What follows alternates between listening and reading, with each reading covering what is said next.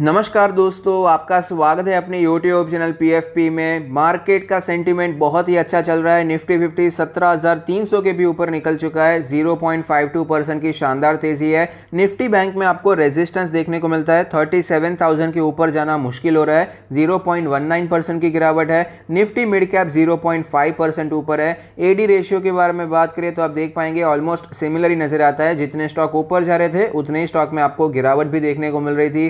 Commodity के बारे में बात करें तो क्रूड ऑयल स्लाइटली नेगेटिव में ट्रेड कर रहा है। नेचुरल गैस गोल्ड में 0.7% की तेजी है। सिल्वर ऑलमोस्ट 2% ऊपर नजर आता है। करेंसी के बारे में बात करें तो करेंसी मार्केट फिलहाल थोड़ा सा कॉन्सोलिडेट हो रहा है, क्योंकि रुपये में फिलहाल ही बहुत ही अच्छी स्ट्रेंथ देखने को मिली है, तो थोड़ा सा कॉन्सोलिडेशन चलता हुआ नजर आता है। ग्लोबल इंडाइसेस के बारे में बात करें तो फिलहाल सारे ग्लोबल इंडाइसेस स्लाइटली नेगेटिव में ट्रेड कर रहे हैं। कोई बहुत बड़ी गिरावट नहीं है, लेकिन ऑफकोर्स फिलहाल हमें पॉजिटिविटी नजर नहीं आती है।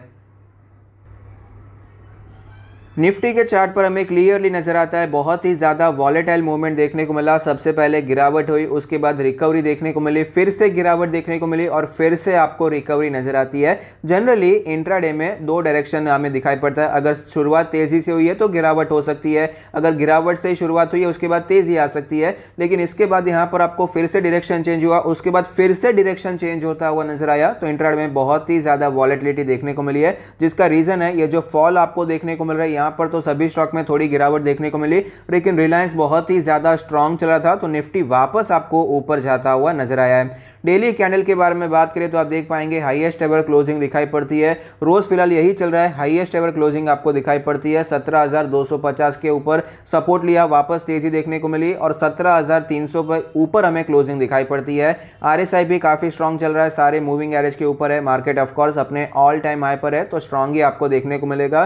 ग्लोबल इंडाइसेस से कहीं ज्यादा आगे चलता हुआ नजर आता है। ग्लोबल इंडाइसेस में भी तेजी देखने को मिल रही है, पॉजिटिविटी वहां पर भी है, लेकिन निफ्टी 50 में जितनी पॉजिटिविटी नजर आती है उतनी पॉजिटिविटी कहीं पर भी आपको नजर नहीं आती। मेरे हिसाब से पॉजिटिविटी या फिर बुलिशनेस किसे कहा जाता है, अगर कोई भी स्टॉक, अगर कोई भी आपका एक चार्ट में आपको ये नजर आए कि 20 डेज के मूविंग एवरेज को टच करता है और वहीं से ऊपर जाता है, तो वो मेरे हिसाब से बहुत ही ज्यादा बुलिश है। लेकिन निफ्टी 50 देखिए, पिछले एक महीने से ये 20 डेज के मूविंग एवरेज को टच भी नहीं कर रहा है, उसके ऊपर से ही ऊपर खिसकता जा रहा है। तो आप समझ सकते हैं कितनी ज्यादा इंटेंसिटी है मार्केट में तेजी की। तो ओवरऑल मार्केट अभी बुलिश चल रही है। स्टॉक स्पेसिफिक भी आपको जो स्टॉक्स थे वो भी आपको भागते हुए नजर आए हैं। यहां पर जब कंसोलिडेशन चल रहा था, कुछ पर्टिकुलर स्टॉक्स ही ऊपर जा रहे थे, आईटी स्टॉक, मेटल स्टॉक, लेकिन फिलहाल सारे स्टॉक भाग चुके हैं। रिलायंस जो 2000 के आसपास चल रहा था वो भी 24 के आसपास पहुंच चुका है। 20% की तेजी देखने को मिली। एफएमसीजी भी आपको परफॉर्म करता हुआ नजर आता है। तो ओवरऑल आपको पॉजिटिव मोमेंटम देखने को मिल रहा है।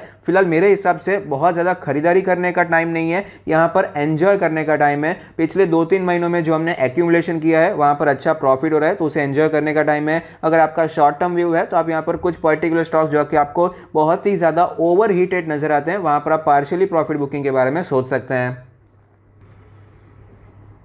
न्यूज़ के बारे में बात करें तो आज सबसे बड़ी न्यूज़ ये थी कि एचडीएफसी लाइफ ने एक्साइड के लाइफ इंश्योरेंस बिजनेस को एक्वायर कर लिया है। 6,687 करोड़ का पेमेंट करने वाले हैं। फुल कैश पेमेंट नहीं है, 726 करोड़ का कैश पेमेंट है और बाकी का पेमेंट शेयर्स में होने वाला है। 685 के प्राइस पर शेयर सारे अलॉट होने वाले हैं एक्साइड इंश्योरेंस को। एक्साइड इंश्योरेंस को मतलब एक्साइड इंडस्ट्री को ये सारे शेयर्स मिलने वाले हैं एज अ पेमेंट। तो फिलहाल यहाँ पर एचडीएफसी लाइफ में आपको गिरावट देखने को मिली और एक्साइड इंडस्ट्री आपको भागता हुआ नजर आया। उसका रीजन ये है कि एक्साइड इंडस्ट्री में जो ड्रैग कर रहा था स्टॉक को, स्टॉक आपको इतना ज्यादा अंडर परफॉर्म करता हुआ नजर आता था, उसका मेन रीजन यही था, इंश्योरेंस का बिजनेस ज्यादा अच्छा परफॉर्म नहीं कर रहा था। ये एक पॉसिबल रीजन था जिसके कारण हमें स्टॉक में भी अच्छा परफॉर्मेंस देखने को नहीं मिला। तो जैसे ये जो पार्ट है वो बेच दिया, तो ऑफकोर्स ये पॉजिटिव न्यूज है। वन टाइम के लिए हमें लग सकता है कि अभी इसका जो बिजनेस है, इसका जो प्रॉफिट था वो सब तो अभी चला जाएगा, तो वैल्यूएशन महंगा हो जाएगा। करेक्ट है, ये सारी चीजें होती है, लेकिन लॉन्ग टर्म बेनिफिट हो जाएगा, क्योंकि वैसे ये बिजनेस उनके लिए अच्छा नहीं कर रहा था, ज्यादा ग्रोथ देखने को नहीं मिल रही थी,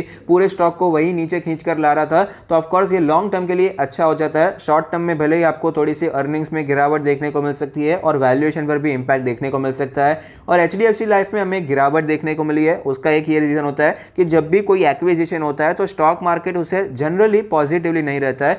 पास्ट में हमने यहाँ पर कई देखा कि इन्फोसिस ने, टीसीएस ने, अभी फिलहाल आईटी स्टॉक्स ने बहुत सारी दूसरी कंपनीज को एक्वायर किया है। तो जब भी वो ऐसी न्यूज़ आती है तो 2-4% का फॉल देखने को मिल जाता है, क्योंकि at that point of time पैसा निकल रहा है कंपनी में से, पेमेंट करना पड़ रहा है एक्विजिशन करने के लिए। अभी वो सक्सेसफुल होगा या नहीं होगा ये तो मैनेजमेंट पे डिसाइड करता है, आगे आने वाला टाइम बताएगा, इसीलिए एक स्लाइट आपको करेक्शन देखने को मिलता है। लेकिन मेरे हिसाब से ये एक्विजिशंस जो होते हैं अगर उसे सही तरीके से मैनेज किया जाता है तो लॉन्ग टर्म में कंपनी की ग्रोथ उल्टा आपको ज़्यादा बढ़ती हुई नजर आती है। तो HDFC लाइफ पर ऑफकोर्स यहाँ पर शॉर्ट टर्म का इंपैक्ट देखने को मिला, लेकिन लॉन्ग टर्म के लिए बहुत ही अच्छी अपॉर्चुनिटी है और बहुत ही अच्छी ग्रोथ आपको दिखाई पड़ सकती है।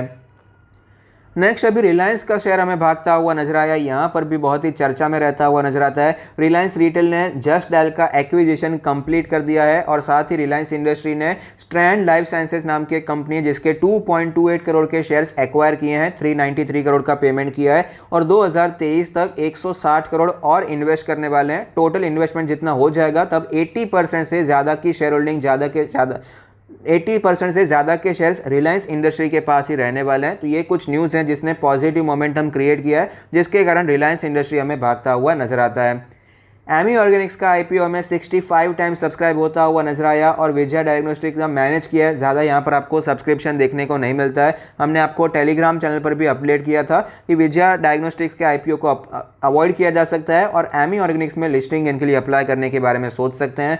HFCL की न्यूज़ है कि HFCL to raise 750 crore through share sale AGM on September 30। तो अब देखना पड़ेगा यहाँ पर शेयर सेल किस प्रकार से होता है, कौन से प्राइस पर होता है। तो 750 करोड़ के यहाँ पर फंड रेजिंग प्लान चल रहे हैं। तो ओवरऑल कंपनी के लॉन्ग टर्म के लिए अच्छी बात है। फिलहाल मार्केट में लिक्विडिटी है तो सारी कंपनीज उसका फायदा उठा रही है।